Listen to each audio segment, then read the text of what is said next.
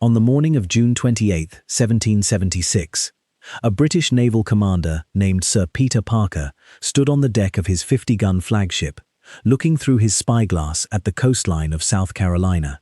His target was a fort guarding the entrance to Charleston harbor, but calling it a fort was generous.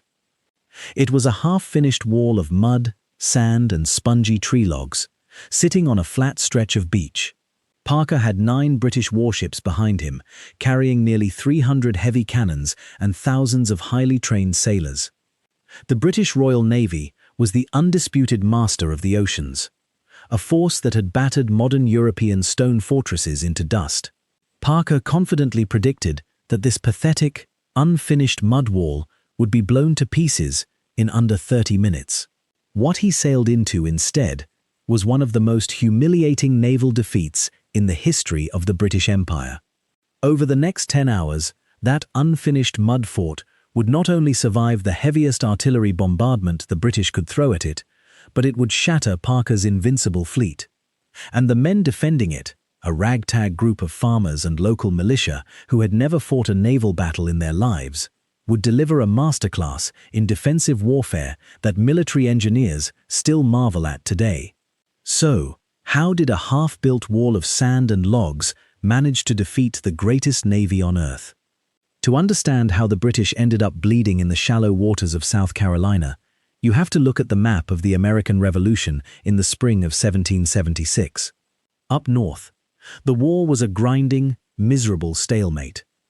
George Washington's Continental Army was proving to be a ghost that the British just could not pin down. Every time the British expected a conventional fight, the Americans melted away. The war was costing the British Crown millions of pounds, and political patience in London was starting to run thin. The British High Command needed a quick, decisive victory to break the rebellion's back. So, they looked south. Charleston, South Carolina, was the wealthiest and most important seaport in the southern colonies. It was the economic beating heart of the region. The British command believed that if they could capture Charleston, they would effectively cut the colonies in half. Furthermore, British intelligence was absolutely convinced that the South was crawling with loyalists, citizens who still loved King George and were just waiting for the Royal Navy to show up so they could rise up and crush the Patriot rebels from the inside out. It sounded like a brilliant, clean strategy. Send a massive fleet, knock out the coastal defenses, take the city, and let the local loyalists do the rest of the dirty work. In May of 1776, a massive British expeditionary force arrived off the coast of the Carolinas. They had dozens of ships, thousands of regular infantrymen, and enough firepower to level a city. As the sails of the British fleet appeared on the horizon, the Patriot defenders in Charleston realized they were completely outmatched. They had no real navy. They had no professional army. All they had was a harbor, a few scattered militia units, and an unfinished fort on a tiny strip of land called Sullivan's Island. And according to the highest-ranking American general in the region, standing and fighting on that island was basically a death sentence. When the Continental Congress realized a massive British fleet was heading straight for Charleston, they panicked. They immediately dispatched Major General Charles Lee to take command of the city's defenses. Lee was not just any officer. He was a former British Army veteran, a man who had fought in Europe and understood professional 18th-century warfare better than almost anyone else in America. He knew exactly what a proper fortress was supposed to look like. When Lee arrived in Charleston and rode out to inspect the defenses on Sullivan's Island, he was absolutely horrified. What he saw was not a fortress. It was barely a wall. The structure was laid out in a square, but only the two walls facing the ocean were actually finished. The back of the fort was completely open. And the materials? It was just two parallel walls made of soft palmetto logs, standing 16 feet apart, with the gap between them filled with loose beach sand. That was it. No stone, no reinforced masonry, no complex European engineering. Lee looked at this half-finished wooden box, then looked out at the ocean where dozens of heavily armed British warships were preparing to drop anchor. He did the math. The British fleet carried over 250 heavy cannons. The Americans inside the fort had just 31 guns, and barely enough gunpowder to last a few hours of sustained firing. Lee immediately declared the fort a slaughter pen. He told the local commanders that if they stayed in that wooden box, the British warships would knock the walls down in 30 minutes, and every single American inside would be blown to pieces. He was so convinced it was a suicide mission that he ordered the immediate evacuation of the island. He wanted the troops to fall back to the city and prepare for street-to-street fighting. He even told them not to bother taking the cannons, because they would not have time. According to all conventional military logic, Lee was completely right. Standing and fighting was tactical suicide. But Lee was about to meet a man who did not care about conventional military logic. The man commanding the mud fort was Colonel William Moultrie. He was not a European aristocrat, and he did not have a fancy military academy degree. He was a local South Carolinian, a militia officer who was famous for being incredibly calm under pressure. While General Charles Lee was running around waving his arms and calling the fort a death trap, Moultrie was quietly smoking his pipe, completely unbothered. When Lee ordered Moultrie to abandon the fort, Moultrie basically ignored him. He believed that if they gave up Sullivan's Island, the British would sail right into the harbor and take Charleston without a single fight. He was not going to let that happen. The situation quickly became a massive political standoff. The President of South Carolina, John Rutledge, had to step in. Rutledge trusted Moultrie. He bypassed General Lee's authority entirely and sent Moultrie a secret note. The note said, "General Lee wishes you to evacuate the fort. You will not do it without an order from me. I would sooner cut off my hand than write one." With that strong political backing, Moultrie dug in. He had roughly 400 men inside those unfinished walls. These were mostly local farmers, shopkeepers, and raw militiamen who had never seen a massive British warship up close. Moultrie walked among them, projecting quiet confidence. He knew they were outnumbered, massively outgunned, and critically low on gunpowder. If they fired wildly like amateurs, they would run out of ammo in an hour. So he gave his men a very strict, discipline-focused order: do not fire quickly. Do not panic. Do not waste a single ounce of black powder. Wait until the massive British ships drop their heavy anchors. Aim carefully at their hulls, and make every single shot count. General Lee thought Moultrie was an absolute, suicidal fool.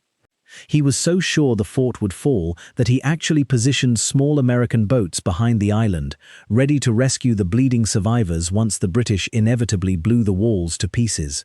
But Moultrie knew something that the British, and even his own commanding general, completely failed to understand.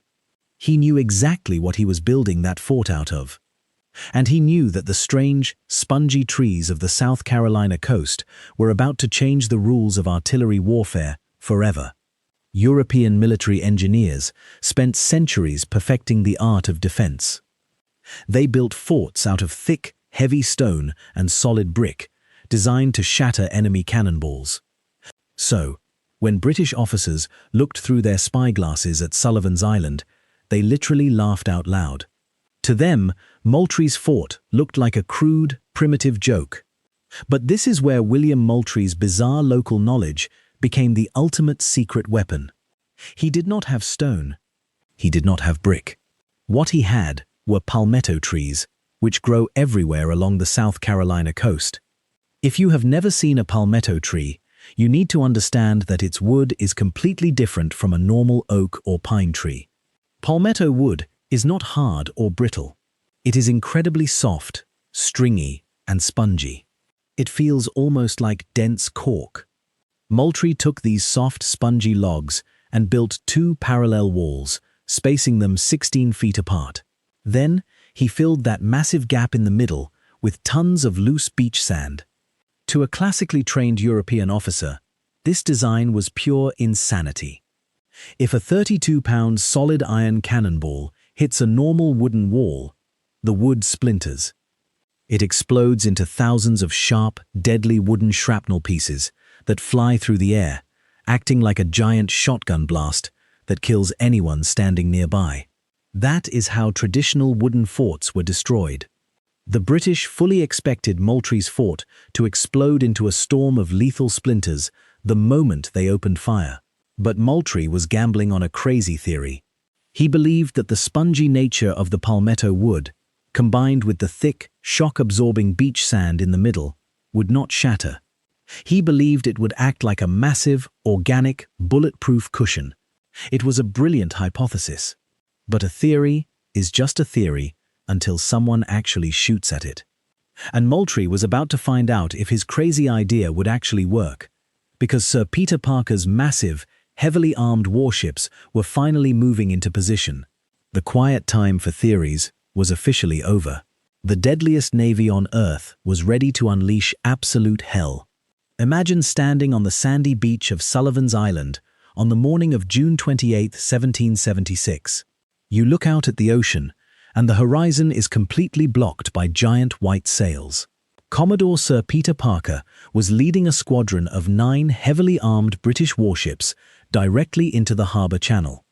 His flagship, the Bristol, was a floating wooden castle armed with 50 massive heavy cannons. Right behind him was the Experiment, carrying another 50 guns. In total, the British fleet was bringing nearly 300 cannons to bear on a tiny, unfinished mud fort that had just 31 guns to fire back. The math was completely, hopelessly one-sided. Parker was so confident that he reportedly told his officers this would be a mere training exercise. He expected the American defenders to panic and run the moment the first British broadside slammed into their wooden walls. He estimated it would take exactly 30 minutes to blow the fort into a pile of splinters, and maybe an hour to completely secure the island. He even had thousands of British infantrymen waiting on a nearby beach, ready to wade across the shallow water and mop up whatever survivors were left in the dirt. Inside the fort, Moultrie and his 400 militiamen watched in dead silence as the massive warships slowly glided into position, anchoring just 400 yards away from the beach. At that incredibly close distance, they could literally see the faces of the British sailors standing on the decks. They could hear the heavy splash of the iron anchors hitting the water. They could hear the creaking of the ropes and the loud shouts of the British captains giving their final commands. Then, all at once, the wooden sides of the giant British warships swung open. Hundreds of black iron cannon barrels poked out from the gun ports, aiming directly at the soft palmetto walls. Sir Peter Parker calmly raised his hand and gave the order to open fire. In a terrifying instant, the sky tore open with deafening thunder, and the true test of Moultrie's crazy sponge fort finally began. When the British fleet opened fire, the sheer volume of noise was unlike anything the people of Charleston had ever heard. Nearly 300 heavy iron cannons roared at the exact same time. The clear morning sky instantly turned black, with thick, choking gunpowder smoke. The ground on Sullivan's Island shook so violently that the American defenders could literally feel the vibrations deep in their bones. Hundreds of solid iron cannonballs ripped through the air, screaming toward the tiny fort. It was a storm of heavy metal designed to obliterate everything in its path. But inside the wooden walls, Colonel Moultrie's men did not panic. They remembered their strict orders. Because they had barely enough gunpowder to last the afternoon, they could not afford to fire massive, rapid volleys. Instead, they loaded their 31 guns slowly, took careful aim through the thick smoke, and fired back with deadly, terrifying precision.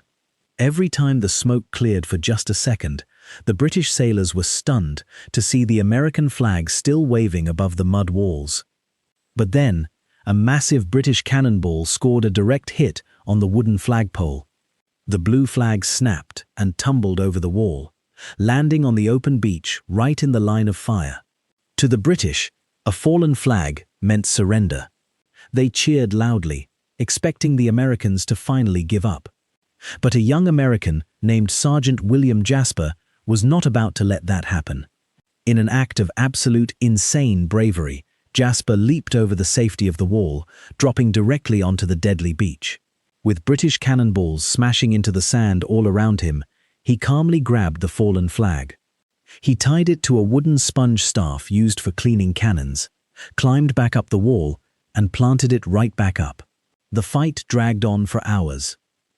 The deafening roar of cannons echoed across the harbor from late morning until the sun started to set. The British fired thousands of heavy iron rounds directly at the fort. By all the rules of conventional warfare, Moultrie and his men should have been dead 10 times over. But, as the smoke shifted in the evening wind, the British commanders stared through their spyglasses and noticed something absolutely impossible happening. The walls were not falling down. The structure was still perfectly intact. And the reason why would go down in history. The British gunners on the warships were sweating, exhausted, and completely confused. They had been firing continuously for hours. They had poured thousands of pounds of solid iron directly into the walls of the American fort. By all known laws of military science, that structure should have been reduced to a pile of splinters and dust. But it was not. As the British officers peered through the thick smoke, they finally realized why. This was the exact moment that would completely humiliate the Royal Navy. William Moultrie's crazy theory about the palmetto wood was working perfectly. When the massive 32-pound iron cannonballs slammed into the fort, the wood did not splinter. It did not break. Instead, the soft, spongy logs simply swallowed the iron. Picture the scene. A deadly cannonball flying at hundreds of miles per hour hits the wall and just goes thud. The thick layer of beach sand inside the walls absorbed all the remaining shock. Even crazier, some of the cannonballs literally bounced off the rubbery palmetto logs and rolled harmlessly onto the beach. It was like shooting heavy marbles into a giant block of foam. The fort was literally eating the British ammunition. While the mud fort was absorbing everything, the British warships were not so lucky. The traditional, hard oak wood of the British ships shattered exactly the way wood is supposed to shatter. Moultrie's men were taking their time, aiming carefully, and tearing the Invincible Royal Navy to pieces. American cannonballs smashed through the British decks, leaving a terrifying trail of broken masts and screaming sailors. Sir Peter Parker realized with absolute horror that he was losing a head-to-head fight against a pile of sand and logs. The frontal assault was a complete disaster. He needed a backup plan fast. He ordered 3 of his warships to sneak around the back of the island to attack the unfinished rear of the fort.